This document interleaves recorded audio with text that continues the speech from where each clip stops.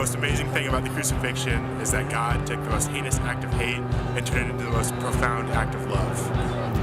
When I think about the crucifixion, I think about a God that loved the world enough to sacrifice a part of himself for us. When I think of the crucifixion, I just think of how Jesus died for my sins and how I could be free in that. When I think about the crucifixion, I think about how God really should just absolutely hate us because we were so cruel to his son. But despite that, he loves us, and that's amazing. The crucifixion was crucial. When I think of the crucifixion, I think of the nails driven into his hands and feet.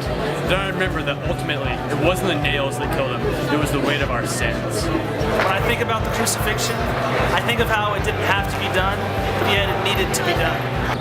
When I think about crucifixion, I think about how we are forgiven and how we can be made new because of it. The crucifixion to me means that God took my place on the cross, that I now have freedom because of nothing that I did on my part. It was all him. He took the initiative.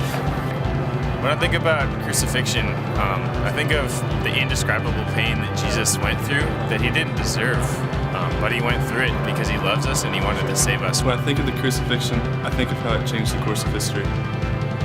When I think of the crucifixion, I just think of all of the pain and suffering that Jesus went through as the ultimate sacrifice for us. My thoughts on the crucifixion are that it was horribly gruesome, but it was so wildly redeeming. Thinking about someone that I love, sending them to go die on the cross, literally makes me sick, and I don't know how Jesus did it. When I think about the crucifixion, I think of how I can live out my life for Jesus and sacrifice for others and bless others in every day of my life. When I think about the crucifixion, I believe it was painful, it was horrific, but it was also something beautiful. It cost us nothing, it cost God everything, and I think that we should live our lives to sacrifice and give glory to God. Without the crucifixion, our faith is meaningless.